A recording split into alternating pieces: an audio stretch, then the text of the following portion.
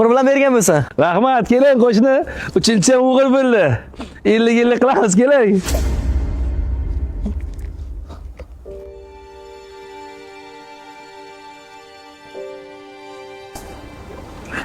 Kirchkariga shunaqa kundan kech qolalammi? To'xta. Avvalambor umr bilan bergan bo'lsin. Lekin baribir o'z bilganingdan qolmabsan-da. Tushunmadim, nima qilding? Bu bir yaqinimiz, bilasan. Yon qo'shning.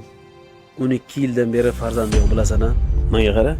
Shuncha qilgan dabdabalaringni farzanding bildimi yoki tushundimi? Qulog'iga takbir yoki azon ayttirdingmi? Bu uchun farosat kerak. Men bu suyunchi qo'shib farosatini sotib olasan.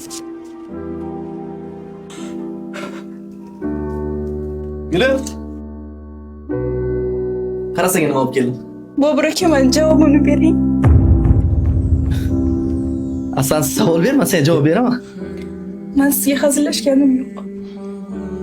Sizni ham farzandli bo'lishga haqqingiz bor-ku. Bizdan keyin to'yi bo'lganlarning qo'sha farzandlari bor.